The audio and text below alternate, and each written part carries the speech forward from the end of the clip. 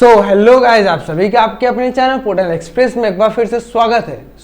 आज का हमारा क्वेश्चन है write a program to input marks in 3 subject. हमें एक ऐसा प्रोग्राम बनाना है जिसमें हम यूजर से 3 सब्जेक्ट के मार्क्स इनपुट ले सके, राइट।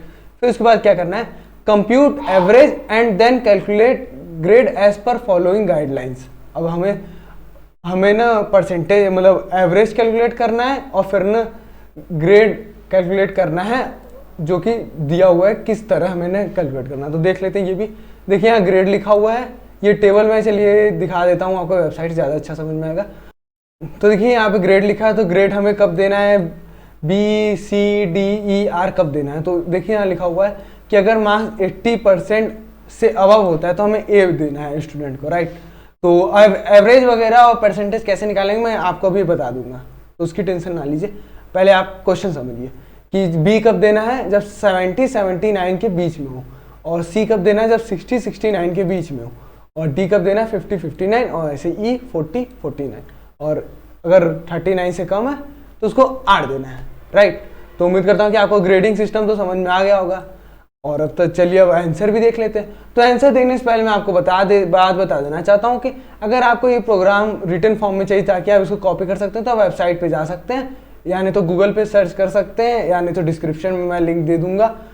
आपको सिंपली क्लिक करके वहाँ जाना और फिर यहाँ से आपको ये प्रोग्राम को कॉपी कर लेना है। यहाँ से आप इजीली इसको कॉपी कर सकते हैं, पाइथन में इसको रन करा के देख सकते हैं आप भी, राइट। तो आप किसी भी डिपेंडेंट नहीं रहेंगे। तो चलिए अब बिना टाइम गवाए वीडियो शुरू करते हैं और आज कुछ नया सीख लेते हैं।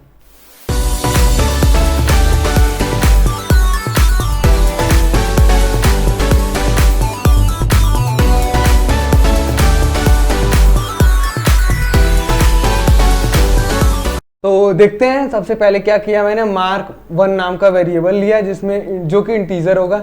अब मार्क्स ज़्यादातर इंटीजर ही होते हैं। अब मुझे तो नहीं मालूम कि कहीं पॉइंट में दिया है, पर हम इंटीजर मान के चलते हैं, राइट। उसमें फिर हम इनपुट ले रहे हैं कि इंटर मार्क्स ऑफ सब्जेक्ट 1 का मार्क्स इनपुट ले रहा हूँ, फिर mark2 नाम के वेरिएबल में सब्जेक्ट 2 का, फिर mark3 नाम के वेरिएबल में सब्जेक्ट 3 का। अब एवरेज हम कैसे निकालेंगे, देखिए लिखा हुआ है प्रिंट, मैंने डायरेक्ट प्रिंट करा दे रहा हूँ एवरेज मार्क्स। अब एवरेज कैसे निकालते हैं, तीनों का सम डिवाइडेड बटे जितने नंबर्स हैं। तो 3 सब्जेक्ट्स हैं तो इसलिए मैं डिवाइड बाई 3 कर रहा हूँ। ये आंसर डेसिमल में भी आ सकता है, ज़्यादातर केसेस है कि डेसिमल में ही आएगा, तो हमको उससे कोई मतलब नहीं है, एवरेज डेसिमल में भी चलता है, राइट। तो सिंपली ये हमारा प्रिंट कर देगा जो भी हमारा एवरेज आएगा, राइट। फिर मैं देखिए परसेंटेज कैसे निकाल रहा हूँ। परसेंटेज कैसे निकालते हैं, तीनों मार्क्स का सम डिवाइडेड बटे टोटल मार्क्स, जितना टोटल मार्क्स है। अब देखिए हम मान के चलते हैं, इस केस में हम मान ले रहे हैं कि ना जो स्टूडेंट के जो मार्क्स आ रहे हैं वो आउट ऑफ 100 में से कितने मार्क्स आ रहे हैं वो आ रहे हैं, राइट। तो उस हिसाब से अगर हमने 3 सब्जेक्ट लें तो टोटल मार्क्स हो जाएगा 300, राइट। तो इसलिए हमने यहाँ पे डिवाइड बाई 3 इंटू 100। अब परसेंटेज निकालना तो आपको आता होगा, कैसे मैंने निकाला एक बार फिर से बता देता हूँ कि तीनों मार्क्स का सम किया, फिर डिवाइड बाई 300 किया, फिर उसको 100 से मल्टीप्लाई कर दिया। अब यहाँ पे आप डायरेक्ट क्या कर सकते हैं, इसको डिवाइड बाई 3 कर सकते हैं। जो हमारे इस केस में, सिर्फ इस केस में जो हमारा एवरेज आएगा वही परसेंटेज इक्वल होगा। अगर आपको ये बात नहीं समझ में आए तो कोई बात नहीं, सिंपली आपको परसेंटेज निकालना तो आ रहा है तो आप ठीक इसी तरह निकालेंगे, राइट। तो उसके बाद मैंने क्या किया, प्रिंट परसेंटेज किया है। क्वेश्चन फिलहाल बोला नहीं है पर हम कर दे रहे हैं, राइट।